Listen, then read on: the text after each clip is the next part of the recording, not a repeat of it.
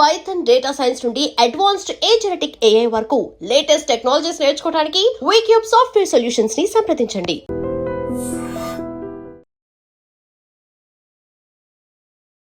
నమస్కారం, welcome to I dream. ధర్మ మార్గం విత్ విజిత కార్యక్రమానికి స్వాగతం.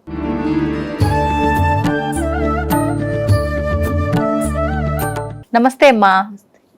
అమ్మ, ముఖ్యంగా మనకి శ్రావణ మాసంలో ఏ పూజ చేసినప్పటికీ ఖచ్చితంగా ఒక ముత్తైదువుకి వాయనం ఇస్తే గనక ఆ పూజ పరిపూర్ణం అవుతుంది అనే భావన ఎక్కువగా ఉంటుంది. అంటే ముత్తైదువు రూపంలో అమ్మవారే మన ఇంటికి వస్తున్నారు అనే భావనతో చేస్తూ ఉంటాము. అసలు ఈ వాయనాలు ఎవరికి ఇవ్వాలి, అసలు వాయనం రూపంలో మనం ఇచ్చే వస్తువులు ఏంటి శాస్త్రపరంగా చూసుకుంటే, వాటి గురించి వివరణ ఇవ్వండి. వాయనం కూడా మీరు ఏమిస్తారో ఒకసారి చూసుకుంటే అసలు ఎవరైనా మన ఇంటికి వచ్చారు అంటే అమ్మవారే. ఆ అమ్మవారికి మీరు చూస్తే మనం మామూలుగా వడి బియ్యం పోస్తాం కదా, ఇక్కడ ఏం చేస్తున్నారు, శనగలు నానబెట్టి ఆ శనగలు ఏవైతే ఉన్నాయో ఆ నానిన శనగల్ని మనం ఇస్తున్నాం. అంతేకాకుండా అక్కడ ఇస్తున్న చూడు చనివిడి ఇస్తాం. ఆ చనివిడి ఇచ్చి, అంటే చనివిడి చక్కగా కొబ్బరి వేసి చనివిడి ఇస్తాం.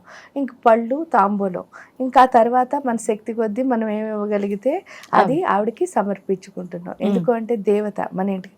పూర్వం కూడా అసలు ఏం చేసేవారంటే ఫస్ట్ అసలు ఆవిడని ఇంటికి పిలిచేసి పొద్దున్నే అభ్యంగన స్నానం చేయించి, అంటే మొదటి నుంచి అమ్మవారికి 64 ఉపచారాలు ఏ విధంగా చేస్తారో అదే విధంగా చేసి ఈవిడికి వాయనం ఇచ్చేవారు.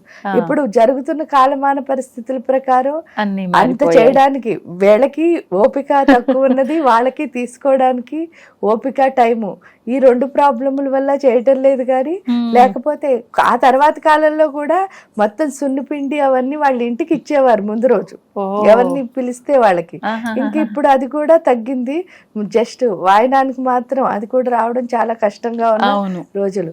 ఇక్కడ వాయనం ఇచ్చి ఏం నేర్పించాలనుకున్నారంటే, ఒకళ్ళ మీద ఇంకోళ్ళకి నిజంగా చెప్పాలి అంటే, ఈ సృష్టిలో సర్వస్వరూపే సర్వేసే సర్వశక్తి సమన్వితే, ప్రతి ఒక్కళ్ళలోనూ ఆ దేవతే ఉన్నది. ఎవరు అంటే దుర్గాదేవి నమోస్తుతే అని చెప్పారు. అంటే దుర్గాదేవి ప్రతి ఒక్కళ్ళలోనూ ఉందని అందరికీ తెలుసు. కానీ యాదేవి సర్వభూతేషు స్మృతి రూపేణ సంస్థిత. మనం కొంచెం మర్చిపోయింది ఏంటి అంటే స్మృతి. ఆ స్మృతి ఎలా కలుగుతుంది అని ఒకసారి ఆలోచిస్తే అది ఎలా వస్తుంది అంటే స్పర్శ చికిత్స ద్వారా మాత్రమే. స్పర్శ అంటే ఏంటి? టచ్, ఒకళ్ళొకళ్ళు ముట్టుకోవడం. ఇక్కడ ఎందుకు స్పర్శ చికిత్స ద్వారా స్మృతి వస్తుంది అని అన్నప్పుడు మీరు ఒక్కసారి ఆలోచిస్తే మన జీవితం మొదలైంది. ఫస్ట్ భూమి మీదకి వస్తాం, రాగానే తల్లితో బిడ్డని ఎప్పుడు కట్ చేస్తారో ఫస్ట్ బిడ్డ చేసే పని ఏంటి అని ఒకసారి చూస్తే ఏడుపు వస్తుంది, ఏడుస్తాం మనం. ఆ ఏడవడం ఎందుకు అంటే, అమ్మో ఇంత పెద్ద ప్రపంచంలో నాకెవ్వరూ లేరు, నేను ఒంటరి అని అనిపిస్తుంది. ఎందుకంటే తల్లి నుంచి విడిపోవడం వల్ల. అప్పటి వరకు తల్లితో ఏముంది, చక్కగా కలిసి ఉన్నాం. ఈ కలిసున్న మనం కాస్త ఎప్పుడు విడిపోయామో, ఇంత పెద్ద ప్రపంచంలో నాకెవరూ లేరు అనిపిస్తోంది. ఆ ఒంటరితనం వల్ల ఏడుపు మొదలు పెట్టగానే అదే తల్లి చూడండి దగ్గరికి తీసుకుని మన ఎలా ఎప్పుడైతే కౌగిలించుకుంటుందో, ఒళ్ళోకి తీసుకుంటుందో, వెంటనే ఏడుపు ఆపేస్తాం. దానికి కారణం ఏమిటి అంటే, ఈ స్పర్శ తగలగానే ఆ బిడ్డకి ఏమవుతోంది అంటే, నాకు ఇది ప్రొటెక్షన్, సెక్యూరిటీ ప్లేస్, ఇక్కడ నాకు భయం లేదు. అంటే ఆ భయం నుంచి అభయం ఏదైతే వస్తుందో అదే స్పర్శ. అంటే భయపడిన స్థితి నుంచి అసలు అభయం అంటే ఒక రకంగా భయం లేని స్థితి, నేనున్నానన్న భరోసా. అభయం అంటే నేనున్నానన్న భరోసా కూడా కదా. ఆ భరోసా ఎవరిస్తున్నారు అంటే మన కన్న తల్లి ఇస్తోంది. అంటే చూడండి, మీరు ఎప్పుడైనా చూస్తే ఎవరైనా సరే, మనం పిల్లలైనా మీకు వాళ్ళని వెంటనే కౌగిలించుకున్నా ముద్దు ఎంతో ఇష్టం. అంటే మనకి స్పర్శ అన్నది జీవితంలో చాలా ఇంపార్టెంట్. ఎందువల్ల అంటే ఈ శరీరం ఎప్పుడు పక్క స్పర్శని కోరుకుంటుందన్నమాట. అందువల్ల వాళ్ళు ఏం చేశారు, ఇదంతా ఋషులకి మునులకి తెలుసు కాబట్టి మన లోపలున్న దేవతని మనం చూడాలి అంటే కూడా మన దేహం అన్నది పవిత్రం అవ్వాలి. ఆ పవిత్రం చేసుకోవడానికి పెట్టినవే ఈ వాయనాలు.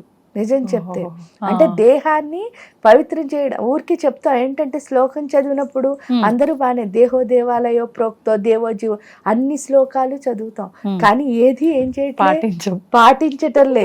ఆ పాటించిన స్థితి నుంచి పాటించే స్థితికి తీసుకెళ్లాలని చెప్పేసి మన ఋషులు మునులు ఇప్పుడు మీకు వచ్చి పాటించు అంటే, ఇప్పుడు మీరే వెళ్ళి మీ పిల్లకి 4 సార్లు చెప్పారనుకో, దానికి వెంటనే ఏమొస్తుంది, విసుకొస్తుంది.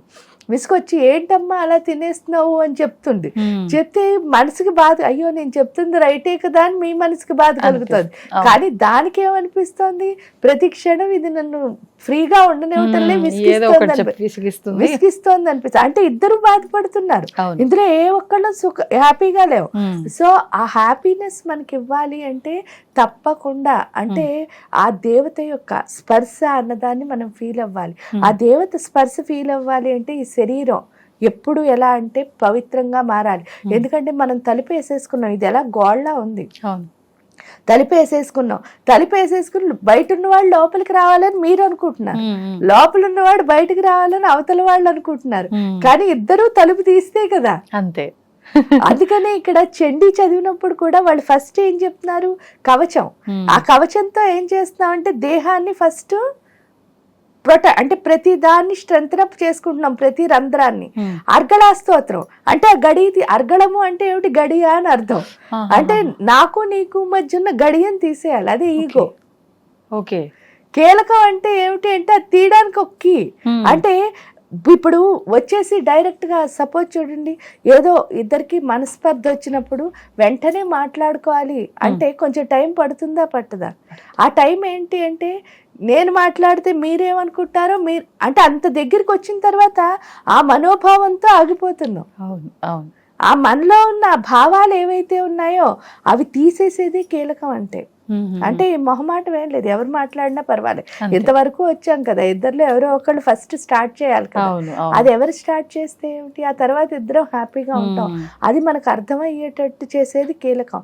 అందుకని చెప్పేసి ఇక్కడ వీళ్ళు ఏం చేశారంటే ఈ స్పర్శ ద్వారా అంటే ఎంత ఎక్కువ దగ్గరగా ఉంటామో, అంటే మీరు నేను ఎంత ఎక్కువ దగ్గరగా ఉంటామో అంత కనెక్షన్ అన్నది బిల్డప్ అవుతుంది. అక్కడెక్కడో నేనుండి ఇక్కడెక్కడో మీరుండి కలవాలి అంటే అది కలిసేది కాదు, అది అర్థం అవ్వాలి. కాబట్టి ఈ శ్రావణ మాసం అని నోవులు, 16 ఫలాలు అంటే ఏదో ఒక నోము ఎందుకు పెట్టారు అంటే మనం ఎంత దగ్గరగా ఉంటే మనలో ఉన్న ఆ ప్రేమ, ఆ ప్రేమ బంధం ఏదైతే ఉందో అదే దేవుడు. అది పెంచుకోవడానికి దాన్నే మహాభావ స్థితి అని కూడా అంటారు. అంటే పూర్తిగా దేవత దగ్గరికి వెళ్ళిపోయే స్థితి ఏదైతే ఉందో అది అది ఎలా చేశారంటే వీళ్ళు స్పర్శ చికిత్స ద్వారా చేసి, అది కూడా ఏం చెప్పారు ఆ మంత్రాల్లో, నేను వాయనం ఇస్తున్నానమ్మా, నేను తీసుకుంటున్నానమ్మా, నేను ఎవరికి ఇస్తున్నానమ్మా అంటే నువ్వు గౌరీదేవికి ఇస్తున్నానమ్మా, ఎవరిస్తున్నారమ్మా అంటే అది కూడా గౌరీదేవే.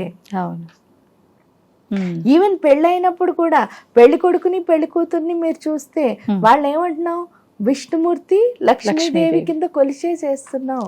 ఎందువల్ల అంటే ఇక్కడ ముగ్గురే భార్యాభర్తలు ఉంటారమ్మా. అందుకే ఎవరైనా దెబ్బలాడుకున్నా ఏం లేదమ్మా ఇవన్నీ చిన్న సమస్యలు అంటే బాధ వేస్తుంది, కానీ రియల్ గా అవన్నీ చిన్న సమస్యలే. వాళ్ళు కూర్చుని ఆలోచించుకున్నా అర్థమవుతుంది. ఎందుకు 3 రకాల భార్యలు భర్తలు ఉంటారంటే ఇక్కడ వచ్చిన వాళ్ళు అయితే సృష్టి చేయడానికి వస్తారు, లేదా స్థితి చేయడానికి వస్తారు, లేదా లయం చేయడానికి వస్తారు. సృష్టి చేయడానికి వచ్చిన వాళ్ళు ఎవరు, బ్రహ్మగారు సరస్వతీ దేవిలా ఉంటారు.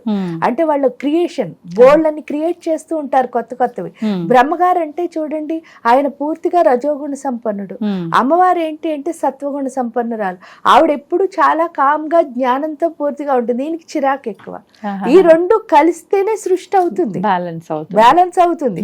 ఇంకా స్థితి వచ్చేసరికి విష్ణుమూర్తి లక్ష్మీదేవి.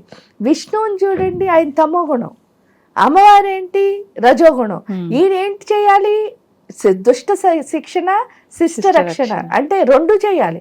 అవి చెయ్యాలి అంటే ఆయన్ని ఏం చేయాలి, ఆ సరస్వతి అమ్మవారిలో కామ్ గా ఉంటే కుదరదు, ఆయన ఏం చేయాలి, ఇంకా చిరాకు పెట్టి చేయించేటట్టు చేయాలి. అందుకని లక్ష్మీదేవి రజగుణంతో అక్కడ ఉన్నారు.